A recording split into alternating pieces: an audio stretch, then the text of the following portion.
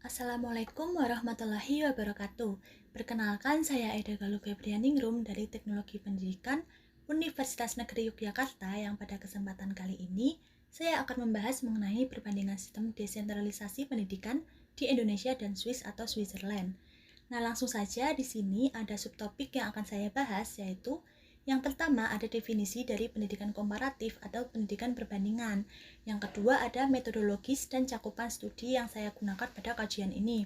Dan yang ketiga topik utama yaitu pembahasan mengenai sistem desentralisasi pendidikan di Indonesia dan Switzerland.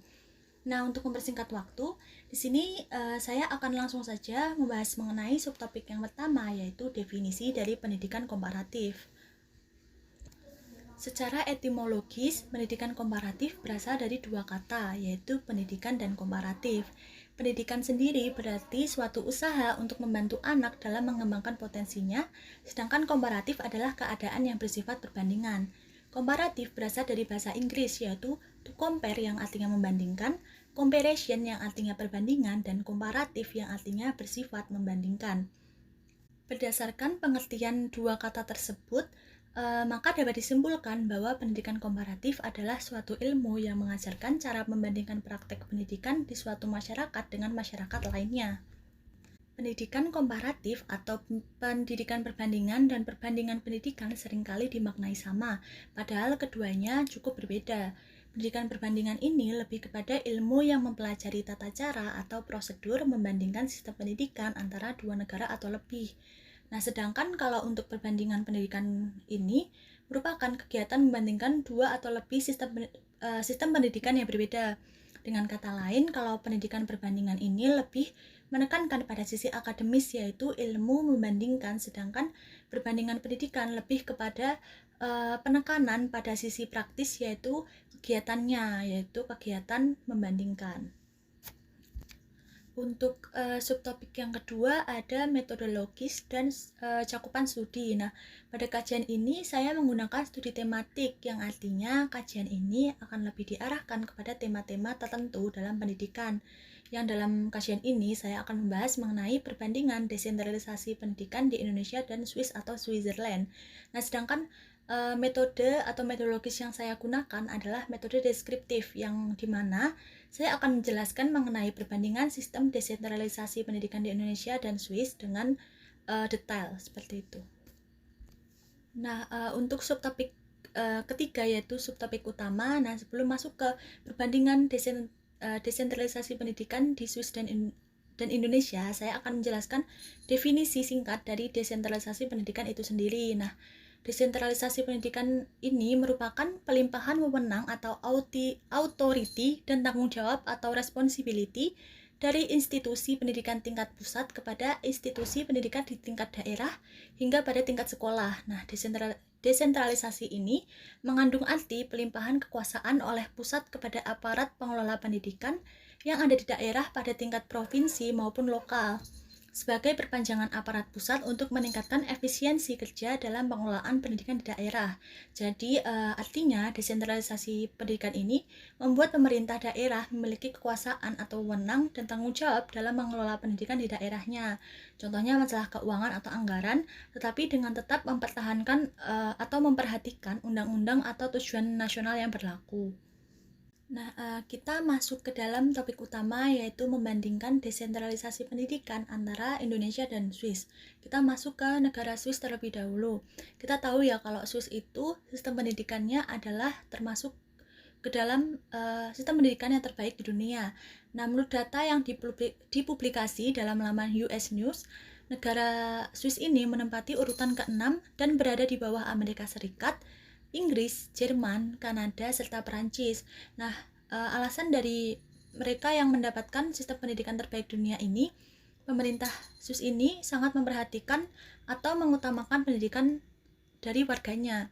Nah, misalnya nih, jika ada 6 orang warganya yang mengajukan untuk sekolah, pemerintah Swiss akan langsung membangun sekolah dan menyediakan guru untuk mereka beserta menyediakan fasilitas yang lengkap untuk mendukung kegiatan pembelajaran mereka. Hal ini itu berlaku pada setiap warga negaranya, tidak peduli ras atau agama mereka. Warga negara Swiss ini tetap akan disediakan pendidikan yang layak untuk mereka, seperti itu. Nah, untuk sekolah di masing-masing kanton atau wilayah bagian negara menggunakan bahasa resmi yang biasa digunakan warga setempat. Siswa juga diwajibkan mempelajari bahasa negara kedua untuk meningkatkan rasa kebangsaan mereka. Nah, untuk selanjutnya ada pengelolaan sektor pendidikan di Swiss merupakan kewenangan pemerintah daerah atau kanton. Pasal 62 Konstitusi Swiss antara lain memberikan mandat penuh pada setiap kanton untuk mengelola sistem pendidikan dasar dan menengah di wilayahnya masing-masing secara mandiri, termasuk di dalam penyusunan kurikulum, penentuan anggaran pendidikan, serta kebijakan di bidang pelaksanaan proses belajar mengajar. Sementara pada jenjang pendidikan tinggi, pengelolaannya dikoordinasikan bersama antara pemerintah kanton dan federal. Meskipun menganut sistem desentralisasi, kualitas pendidikan di Swiss ini pada umumnya atau secara general tetap terjaga baik dan homogen antara satu kanton dengan yang lainnya. Swiss merupakan satu negara maju yang menjalankan wajib belajar 9 tahun bagi seluruh penduduknya. Biaya pendidikan di sekolah kejuruan ditanggung sebagian besar oleh pemerintah setempat atau kanton, pemerintah pusat Swiss, dan industri tempat mereka bekerja, sehingga siswa yang masuk ke sekolah kejuruan ini tidak dikenakan biaya apapun. Selanjutnya ada desentralisasi pendidikan di Indonesia. Nah, desentralisasi di Indonesia ini sesungguhnya sudah mulai pada tahun 1999 setelah dikeluarkannya Undang-Undang Nomor 22 Tahun 1999 tentang pemerintahan daerah dan Undang-Undang Nomor 25 Tahun 1999 tentang perimbangan keuangan antara pusat dan pemerintah daerah. Namun secara resmi desentralisasi di Indonesia mulai diberlakukan pada tahun 2001, tapi manuver politik yang begitu cepat pada masa reformasi membuat kedua undang-undang di atas itu disempurnakan dengan undang-undang yang baru, yaitu Undang-Undang Pemerintah Daerah Nomor 32 Tahun 2004 dan Undang-Undang Perimbangan Keuangan antara Pusat dan Pemerintah Daerah Nomor 33 Tahun 2004. Berlakunya desentralisasi ini mencakup segala aspek, terutama aspek pendidikan. Desentralisasi pendidikan berarti terjadinya pelimpahan kekuasaan dan wewenang yang lebih luas kepada daerah untuk membuat perencanaan dan mengambil keputusannya sendiri dalam mengatasi permasalahan yang dihadapi di pendidikan. Berdasarkan PP nomor 25 tahun 2000 tentang kewenangan pemerintah dan kewenangan provinsi sebagai daerah otonom, pada kelompok bidang pendidikan dan kebudayaan disebutkan bahwa kewenangan pemerintah dalam aspek pendidikan meliputi hal-hal seperti penetapan standar kompetensi siswa dan warga belajar, serta pengaturan kurikulum nasional dan penilaian hasil belajar secara nasional, serta termasuk juga pedoman pelaksanaannya. Yang kedua ada penetapan standar materi pelajaran. Lalu yang ketiga ada penetapan persyaratan perolehan dan penggunaan gelar akademik. Yang keempat ada penetapan pedoman pembiayaan penyelenggaraan pendidikan. Dan yang terakhir ada penetapan persyaratan penerimaan, pemindahan, sertifikasi siswa, warga belajar, dan mahasiswa. Desentralisasi pendidikan di Indonesia ini dilaksanakan secara bertahap, bijaksana, dan profesional. Hal ini mencakup pada peningkatan peranan stakeholder sekolah seperti kepala sekolah, komite, orang tua siswa, guru, masyarakat, dan pihak lainnya. Seperti yang telah disebutkan sebelumnya, kalau desentralisasi pendidikan di Indonesia ini nggak hanya berfokus pada pemerintah daerah dan warga sekolah saja, tetapi juga menitik beratkan pada partisipasi masyarakat dalam penyelenggaraan pendidikan. Misalnya, masyarakat dapat berperan sebagai sumber pelaksana dan pengguna hasil pendidikan.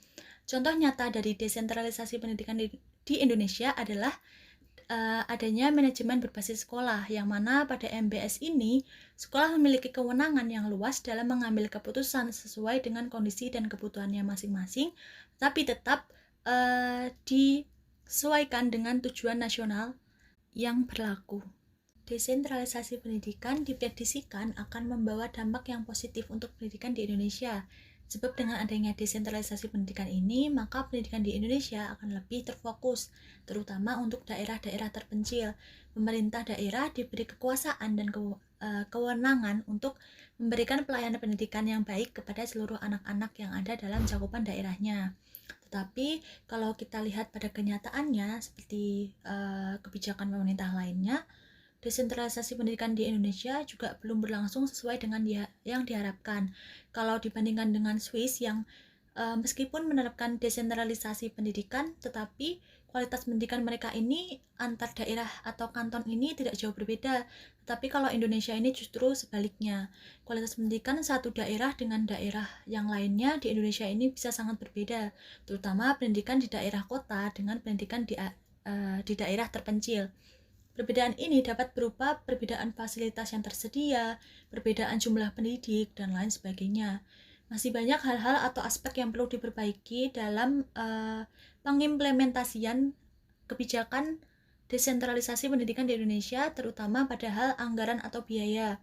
Perlu dilakukan pengawasan mendalam kepada pemerintah daerah agar mencegah terjadinya korupsi yang dilakukan oleh oknum tidak bertanggung jawab dan mempengaruhi kualitas pendidikan di Indonesia.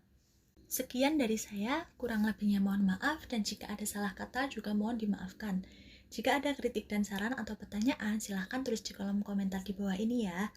Sekali lagi sekian, terima kasih sudah mendengarkan. Wassalamualaikum warahmatullahi wabarakatuh.